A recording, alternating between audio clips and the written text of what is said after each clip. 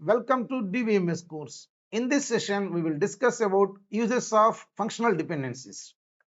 What are uses of functional dependencies? The first one is we can identify additional functional dependencies that will hold on the given relation. The second one is we can identify the possible candidate keys for the given relation. And the third one is whenever they given two sets of functional dependencies, we can identify whether they are equivalent or not. And the fourth one is we can find minimal cover for a set of given functional dependencies. All these tasks can be done in two ways. The first one is by using the closure set of attributes, and the second one is using inference rules. In this session, we will discuss about closure set of attributes and inference rules.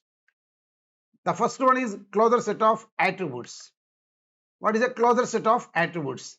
It is the set of all attributes that can be derived from the given set of attributes. For example, suppose we have a relation with 6 attributes A, B, C, D, E, F, and this is the set of functional dependencies that will hold on the given relation. A goes to B, A goes to C, D goes to F, F goes to E, and B goes to H, and DF goes to B. Right, sir? So let us give some numbering, sir. This is only for our convenience. Assume this is 1, this is 2, 3, 4, 5, and the last one is 6. Okay. Now let us see some examples on closure of set of attributes. Suppose I want to find the closure set of attribute A. It is the set of all attributes that can be derived by the use of the attribute A. With A, I can find A because it is an example of a trivial functional dependency. Now, by using 1, what is 1, sir? A goes to B. So, whenever we know the value of A, I can find the value of B. By the use of 2, what I can do, sir? By the use of A, we can find C. Any other useful, sir? Yeah, we can use fifth one. B goes to H because we already got B. So I can find H also. Anything else? No, sir. So this is the closure set of attributes for the attribute set A. Suppose we want to find the closure set of attribute set D. With the help of D, I can find D. Anything else, sir? Yeah, we can use the functional dependency third one. D goes to F. So with the help of D, we can find F. Anything else, sir? So from F, we can find E. That is our fourth functional dependency. So we can find E. Right, sir? So anything else, sir? FE we find, sir. A goes to B, we don't have. A goes to C, we cannot have. D goes to F, we used it. F goes to E, we used it. B goes to H, that also we used it. DF goes to B, sir. So the sixth one, DF goes to B. I already have D comma F, so I can get B. Right, sir? Now, since we got B, I can use fifth functional dependency. What is fifth functional dependency, sir? B goes to H. So we can get H also.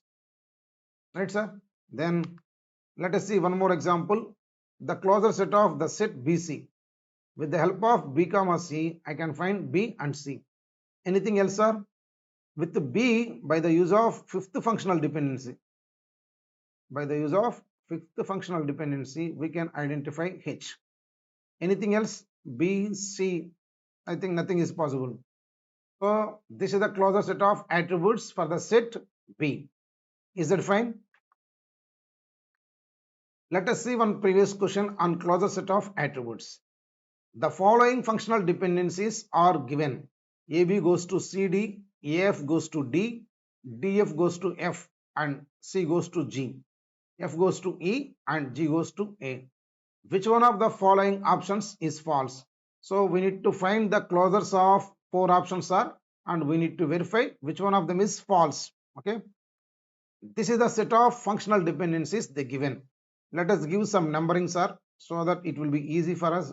1, 2, 3, 4, 5, 6. Okay. Now let us try option A.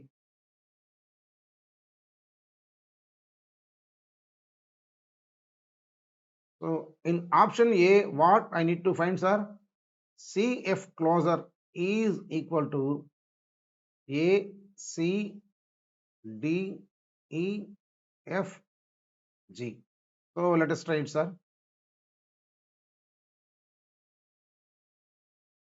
CF closer. With the help of C comma F, I can find C comma F. Any functional dependencies we can use, sir. From fourth one, C implies G. So we can get G. Anything else, sir? From fifth one,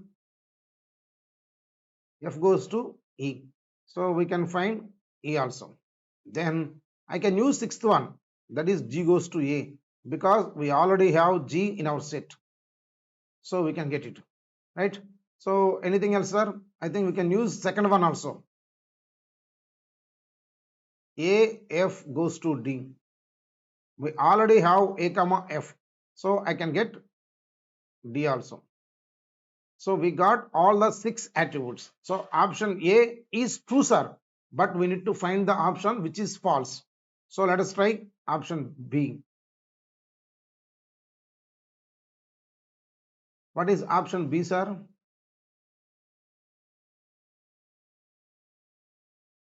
So A F plus is equal to A C D E F G. Okay, let us try it. A F plus is equal to. So with the help of A comma F, I can find A comma F. Am I right, sir?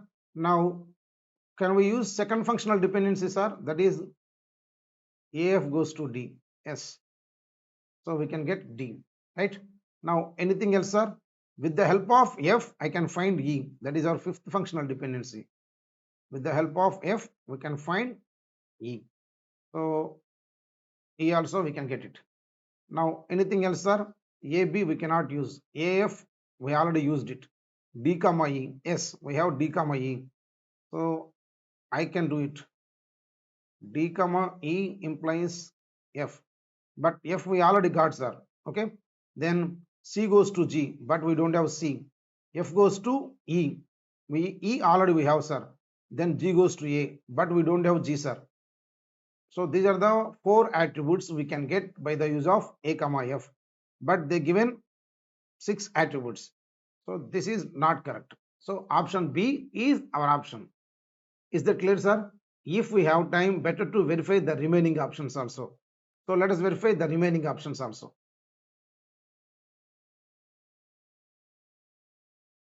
Option C.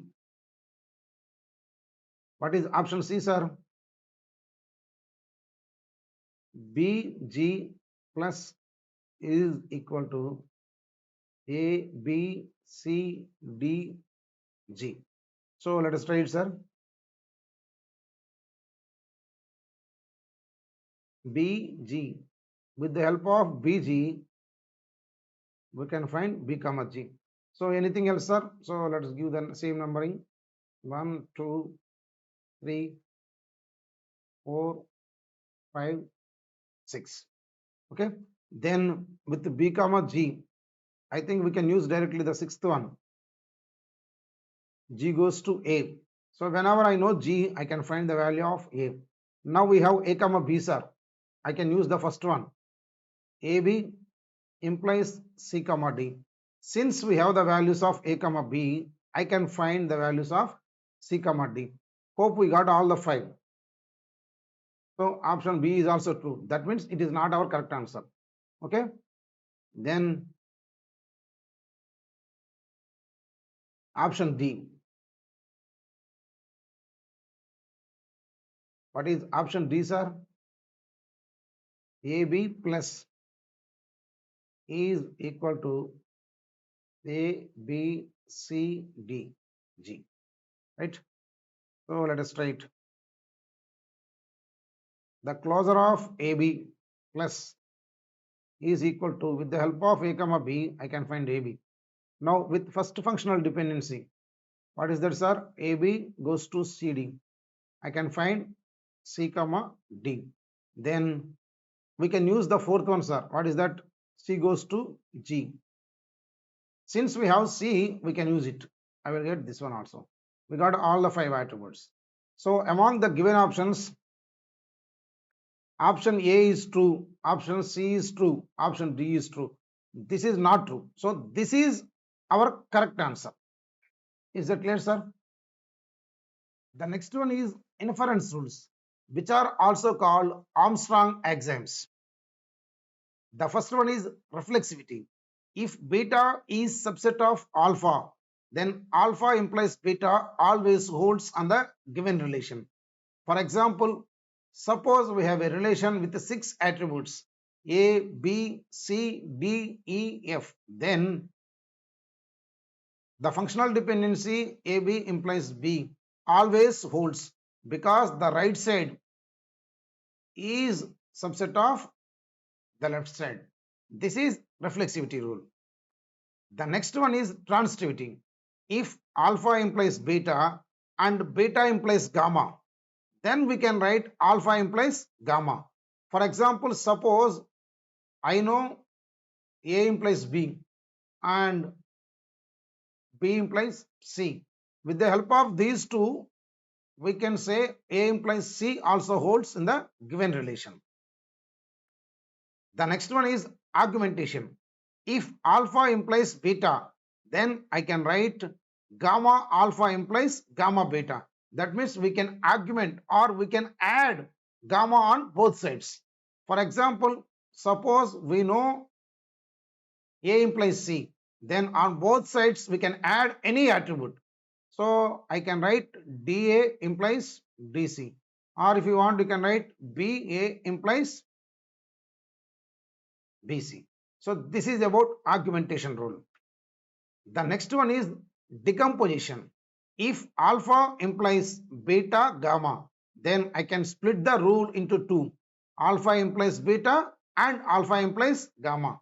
For example, suppose I have a rule A implies BD. So with the help of A, I can find B comma D. So that I can split. What you can do, sir? With the help of A, we can find B. And with the help of A, we can find D. So this is about decomposition rule.